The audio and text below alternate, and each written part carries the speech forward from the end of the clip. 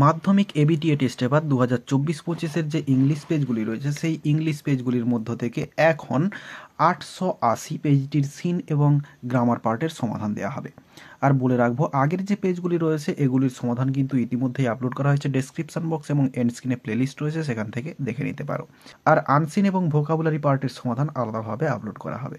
তাহলে এখন দেখে নেব 880 পেজের সিন এবং গ্রামার পার্টের সমাধান। শুরুতে প্রোজ পার্ট থেকে সিনটি রয়েছে দি ক্যাট থেকে।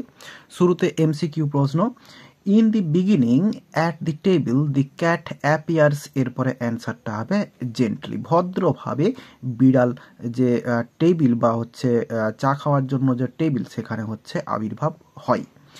এরপরে রয়েছে the guest stoops down to, এরপরে অ্যান্সারটা হবে 4 দাগ স্ট্রোক দি ক্যাট। এরপরে রয়েছে the behaviour of the cat makes the guest, এরপরে ড্যাশ রয়েছে। তো বিড়ালের যে বিহেভিয়ার সেটা গেস্টকে কীরকম করে দেয়, অ্যান্সারটা হবে ইনরেক্ট, অর্থাৎ রাগিয়ে দেয়। The cat takes up the food given by the guest, এরপরে অ্যান্সারটা হবে এই 4 দাগ কসাসলি, সাবধানতার সঙ্গে সেই খাবারটা সংগ্রহ করে যে খাবারটা গেস্ট তাকে দেয়। The word gingerly is a or an, এরপরে ড্যাশ রয়েছে, অ্যান্সারটা হবে 4 দাগ অ্যাডভার্ব। এই জিঞ্জারলি এলওয়াই যুক্ত ওয়ার্ড সেটা হচ্ছে অ্যাডভার্ব হয়। এরপরে রয়েছে বিয়ের দাগে complete the following sentences with information from the text. রয়েছে the cat makes his appearance felt by, এরপরে অ্যান্সারটা যেটা হবে সেটা হচ্ছে হিজ লাউড পোর্স। তো ওই টেক্সটে রয়েছে দেখবে পোর্স নয়েজলি, তো সেটাকেই এখানে ঘুরিয়ে লিখতে হয়েছে হিজ লাউড পোর্স। যখন সে গড়গড় করে উচ্চ শব্দে সেই জিনিসটাই তার হচ্ছে যে প্রেজেন্ট সেটা হচ্ছে অনুভব করিয়ে দেয়। The cat is particularly civil to the guest because, এরপরে ড্যাশ। তো বলছে বিড়াল বিশেষভাবে ভদ্র হয়ে যায় গেস্টের প্রতি, কারণটা কি? কারণটা হচ্ছে এই বিকজের পর থেকে হবে the guest is likely to have the best of what is offered. তো যেটা অফার করা হয় সেটা হচ্ছে সব থেকে ভালো খাবার এবং তাই জন্যই সে হচ্ছে গেস্টের প্রতি ভদ্র হয়ে যায়। আর প্রথম দাগে যেটা বললাম এই যে হি পোর্স নয়েজলি, এটাকেই ওখানে ঘুরিয়ে লেখা হয়েছে। এরপর রয়েছে the guest does not have the courage to, এরপরে ড্যাশ রয়েছে। তো গেস্টের যে জিনিসটা করতে সে সাহস পায় না সেটা কি, অ্যান্সারটা এরপরে হবে kick the cat out of the window, লাথি মেরে জানলা দিয়ে যে বের করে দেবে সেই সাহসটা সে পায় না।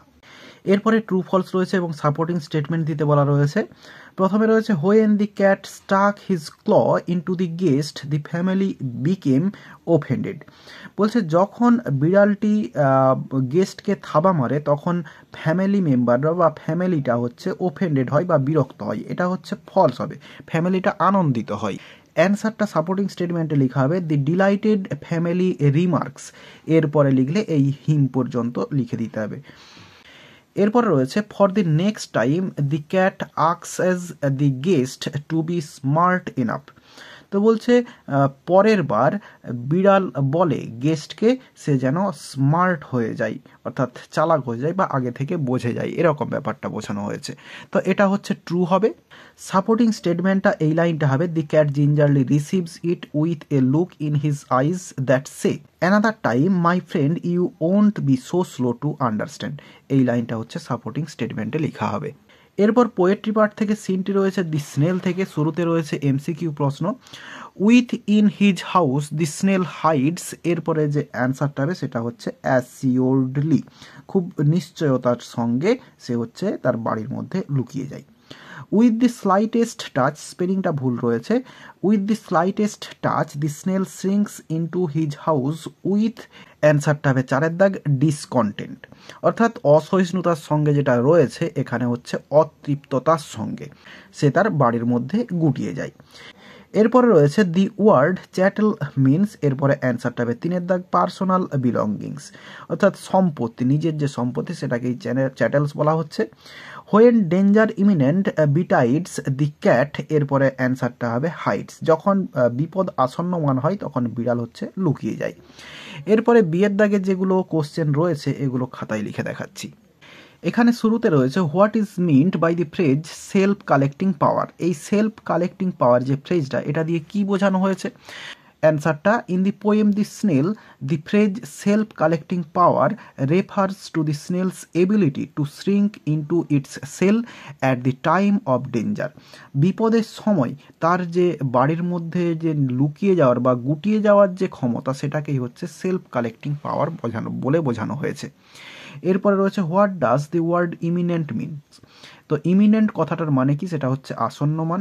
তো অ্যান্সারটা লেখা হবে the word imminent means something that is about to happen or is likely to occur without delay. এরপরে আমরা চলে আসবো গ্রামার পার্টে চলে আসবো।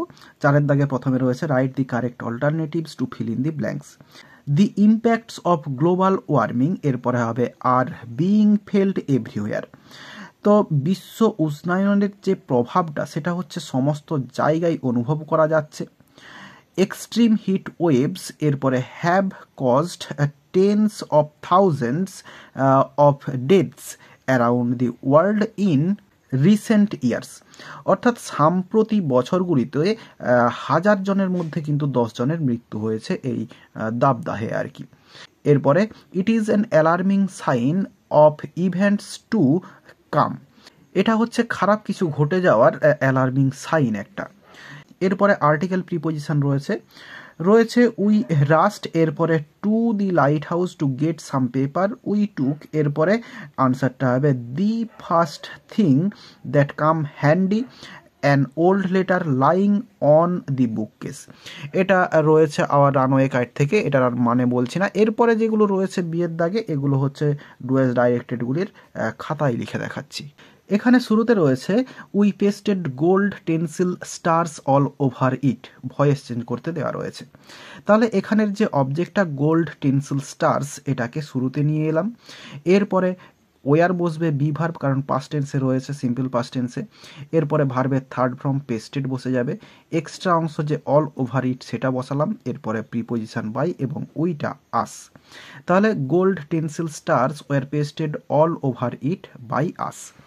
এরপর রয়েছে our locality was predominantly pacifist, এটা হচ্ছে ভার্ব ফর্ম করতে হবে এই প্রিডোমিনেন্টলিটাকে। তাহলে অ্যান্সারটা করব our locality was predominated with pacifist. এরপরে রয়েছে Bapu had passed away but his India would continue to live, এটা হচ্ছে সিম্পল সেন্টেন্স করতে হবে। তাহলে despite Bapu passed away his India would continue to live. এরপরে সিয়ার দাগে ফ্রেজাল ভার্ব রয়েছে পিপল অলওয়েজ রিগার্ডেড বাপু। তো রিগার্ডেড সেটা হচ্ছে লুক আপন, এটা হচ্ছে অ্যান্সার হয়ে যাবে সম্মান করা। কিন্তু এখানে যেহেতু রিগার্ডেড রয়েছে তাহলে অ্যান্সারটা হবে, এখানে লিখছি লুকড, LOOKED, লুকড আপন। এরপরে রয়েছে দে ডিসকার্ডেড আওয়ার প্রপোজাল। তো ডিসকার্ডেড মানে হচ্ছে প্রত্যাখ্যান করা, সেটা হচ্ছে টার্ন ডাউন। তো এখানে সেকেন্ড ফর্ম রয়েছে, সেক্ষেত্রে হবে টার্নড, TURNED, টার্নড, এরপরে ডাউন। এরপরে রয়েছে Neeraj Chopra won the gold medal in the world athletics championship. তো জিতে যাওয়া, এই ওন এর জন্য হচ্ছে বিয়ার অ্যাওয়ে, তো সেকেন্ড ফর্মে রয়েছে হবে বোর অ্যাওয়ে। আর এরই সঙ্গে সঙ্গে এই পেজটি সিন এবং গ্রামার পার্টের সমাধান দেওয়া হয়ে গেল। আশা করি বোঝাতে পারলাম। ভিডিওটি ভালো লেগে থাকলে একটি লাইক করো এবং বন্ধুদের মধ্যে শেয়ার করো, এবং আমার এই চ্যানেলে নতুন হলে চ্যানেলটি সাবস্ক্রাইব করে পাশে থাকা বেল আইকনটি প্রেস করো পরের ভিডিওগুলি সবার আগে পাওয়ার জন্য। এই ভিডিওতে এতটাই, দেখাবে নেক্সট ভিডিওতে। ভালো থাকো সবাই, ধন্যবাদ।